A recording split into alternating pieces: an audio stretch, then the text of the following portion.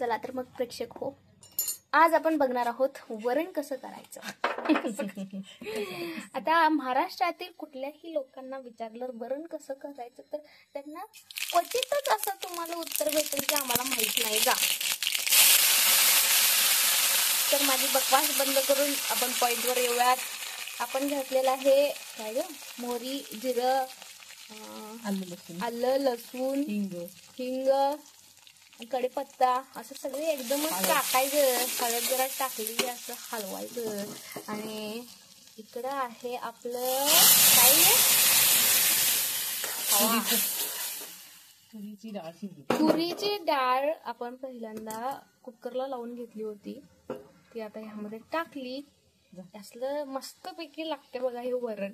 तर तुम्ही हे भातावर मस्त गरम गरम भातावर घ्यायचं, वरण घ्यायचं, त्यावर असं तुपाची धार सोडायची आणि लिंबूची धार सोडायची आणि एकदम चवीनं खावा. आणि ही छोटीशी नमक शमक डाल देते है. तर असं झाल्यानंतर ही छोटीशी रेसिपी तुम्ही नक्की ट्राय करा. करत असाल तर नक्की लाईक करा, शेअर करा, सबस्क्राईब करा.